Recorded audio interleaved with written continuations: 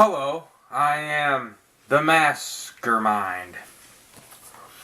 Today, I did end up getting this Tuesday afternoon, and it is Texas Chainsaw on Blu-ray. It's got a pretty nice slipcover. I remember when I seen it on YouTube, I remember the slipcover being kind of nice, kind of cooler. Like it had the thing on the front with the, like when you rub your fingers across it, it goes and then it's like got the 3D, so when you turn it, Leatherface turns too. But you guys know the routine, how I do this. I'm gonna open this up and show you guys just show you guys what's inside, so you guys know exactly what you're getting when you buy this Blu-ray. Okay, so nothing too special. You got the case here. There's a lot of special features, but I'm going to get to it. I'm going to get to that and later. Got the Blu-ray here. Now, like I said, nothing too fancy. You got a little slip thing here that's got the ultraviolet digital copy code on it. So I'm only gonna probably give this to one person, obviously, but if anyone wants it, I guess first come, first serve. Whoever asks first, I guess, I'll give it to you. Yeah, obviously I don't want to give it out now because there'd be like probably 5 or 6 of you guys trying to get it. So yeah, that's basically what you're gonna get with this. Yeah, so nothing too fancy, but still I think the slipcover looks pretty cool. Okay, so that's pretty much it, what you're going to get.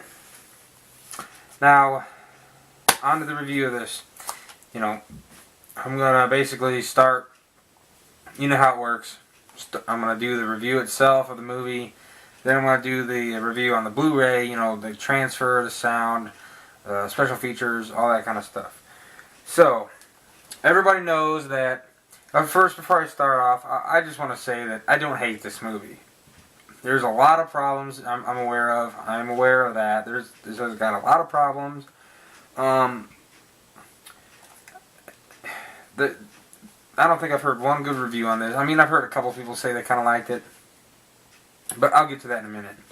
But this movie is basically about, everyone pretty much knows who's seen it already, and a lot of people who haven't seen it yet probably already know. They'll probably look it up or whatever. But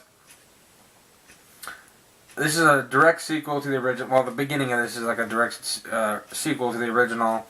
It shows clips of the original from 1974, the original Texas Chainsaw Massacre.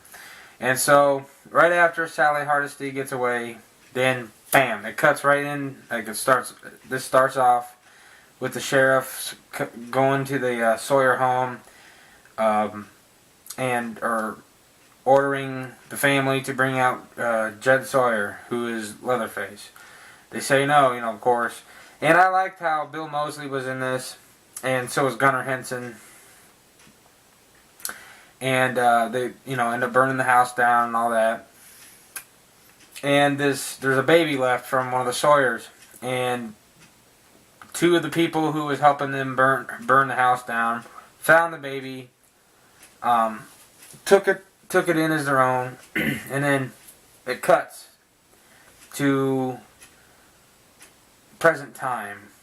And I'm aware that the time frame isn't right, but you know, the baby who is grown now, she's probably 20 or 23 or some shit like that, which in reality she should be about 35 or 40-ish or something like that. And, you know, her grandmother dies, who is a Sawyer, and she inherits her grandmother's home. So her and her friends go on a road trip, and when she finds out about this house, they end up making a stop to Texas, where the house is. And they go to the house and find out it's a huge Victorian mansion. Nice, actually pretty nice looking house. And they end up throwing a little shindig there, and they kind of stay the night. And they are unaware of the horrors that lay beneath. And that's pretty much what it's about. And I don't want to tell you much more about the plot, because there's a little bit of a twist in this, and I don't want to ruin a whole lot. But that's pretty much it. This movie is actually really fun. I enjoyed this, and I did like it a lot better when I watched it last night than I did in theaters, just because I was expecting a little more. I was just expecting better. Like, I was expecting it to be a lot like the original, but in reality, you really just gotta kind of let go of what you want to see. You gotta let go of all your logics and all that shit, and then you just gotta realize that it's a little more up to date now. You just gotta have to let it go and just have a good time with it. That's what you gotta do, and that's what I did the second time, and I enjoyed it a lot better.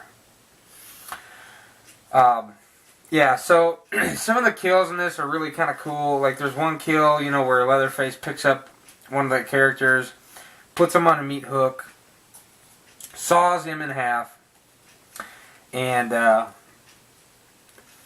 it's like guts. It's not guts don't really fall, but it's just blood everywhere. And when he beats the one kid in the head with the meat mallet, that was cool too. And it was great. I liked a lot of the kills. The mask that the new Leatherface wears, he wears 3 different ones, and they'll kind of look pretty much the same. I like the look of them. They kind of, he kind of grows on you. Like, at first you're like, well, I don't look like Leatherface that much, but the more you watch this, the more you watch him, the better you like him. It's just I just like it. I like his mask. I think it's cool. But I didn't like it at first. It just takes a little bit to get used to. There's just a lot of things that I did like, and there's a lot of things I did not like. One of the things I did not like was how, when you watch this, it fucks up every sequel to the original. Basically, to this, 2 never existed, 3 never existed, 4 never existed, which is not a bad thing, because 4 sucked. And the remakes are still basically around, or still exist, basically, in the story. But, because the original guy who played the father of Jed Sawyer was played by, I forget his name, but he died, and then in this one, the father is played by Bill Moseley. And everyone knows that in Texas Chainsaw Massacre 2, Bill Moseley plays Chop Top, who is like one of the psycho motherfuckers of the family. So, who actually, you know, was partners with the dad in the second one, which didn't make any damn sense. Like, I didn't like that. It just ruins it. Like, if you want to watch if you want to watch the original and then watch this is what I call a dead end sequel. If you watch the original, then watch this, and that's it. Or you can watch the original and then watch them all the other original ones. So this is just a dead end sequel, basically. Like, this is its own thing. So it doesn't follow any of the sequels, which is okay, I guess. I don't know. That's the thing I didn't like about it in theaters. I didn't like how they did that. But, you know, the acting is alright. It's nothing too spectacular. I loved how they made the house. The original look, the house in this looked just exactly like the one from, 74. It was awesome. Every little detail you can imagine was in this. The old guy who played Grandpa was in this too. Yeah, he looks about the same too. Creepier than hell. So, Bill Moseley actually does look pretty similar to the father character from 74 and the second one. And, so yeah. A lot of good things about this. I did like a lot. It's kind of equal. I like a lot. I liked a lot, and I didn't like a whole lot of it either. There's a lot of things I didn't like. So yeah, let's get with the actual Blu-ray review. I'm going to start off by saying, the transfer of this is pretty decent. It's pretty good. Considering that a lot of it takes place at night, You know, like I mentioned before in a lot of movies, like Dread, for a good example, is a great movie, but it takes place in dark most of the time. So, for some reason, the transfer just wasn't that great in Dread. So, in the darkness and stuff, you see a lot of the grain and stuff. But in this, a lot of the movie was in dark at nighttime. And there really wasn't that much grain at all. Like, I didn't really notice a whole lot at all. The grain I did notice wasn't really that bad. It was just tiny, just barely even there. But, yeah. The grain wasn't that bad. It looked pretty good. The sound is what blew me away with this. The sound is really good. The roar of the chainsaw really, really, really sticks out. And I really love the fact that he uses the chainsaw in this more than any other movie I've seen in the Texas Chainsaw franchise. I really like that one. I really like that he did that. And in the original, surprisingly, I mean, Leatherface used the chainsaw, but he didn't use it. He didn't use it as much. I didn't use it really that much. But yeah. So I really like the fact that he used the chainsaw more in this one. And like I said, the saw just sounds really cool. And he uses a couple different saws. He's got like a cabinet full of them, which is kind of cool.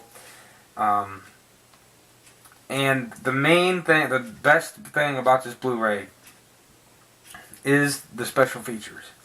There is a lot of special features on this. Like, surprisingly, a ton of special features. Like, I just kept going down the list last night when I was on the main menu. When I go to just go to extras, I just kept going down. It just kept going and going and going. And I'm thinking, damn, how many are there? There's all kinds of featurettes. There is multiple audio commentaries with producer Carl Mazzacone, filmmaker Toby Hooper, actors Bill Moseley, Gunnar Henson, and others.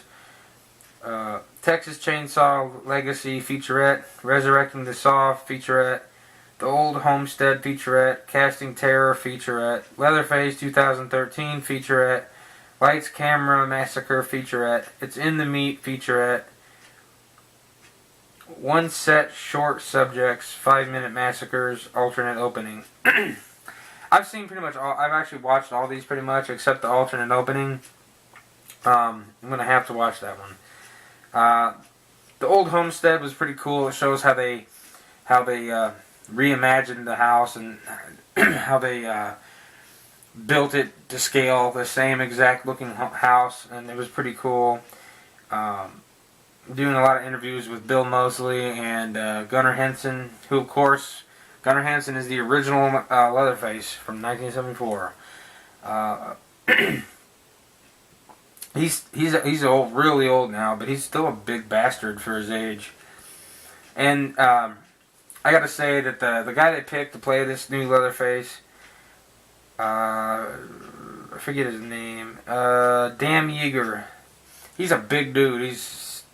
I think he played the part great. He's just a huge guy, like 6'5". Looks like he's about 290 to 300 pound. Just a great looking guy, like just huge looking guy. Yeah. So definitely a good Blu-ray. I definitely recommend you pick this up. The gore is just awesome in this. Like I said, the gore is great. The goriest one of the series, I'd say. So yeah, that's pretty much it. It's kind of not. Sorry, it wasn't that thorough, but I just want to kind of make this a quick little Blu-ray review. Pretty much what I thought about it. Like I said, I give this probably a probably a 6.5 out of 10. I liked it. It wasn't as bad as people make it out to be. There's a lot of problems, like I said, but I can overlook a lot of these, and it's just a fun movie to watch. Good and gory, and lots of and the lead girl of this, like the main character, she is so freaking hot. She really is. But yeah, so definitely go pick this up, guys. I give the movie a 6.5, and I give the Blu-ray itself an 8.5 because of all the special features, the quality of the sound and the picture. So definitely pick this up. And remember, you've had a good time with the Massacre Mind.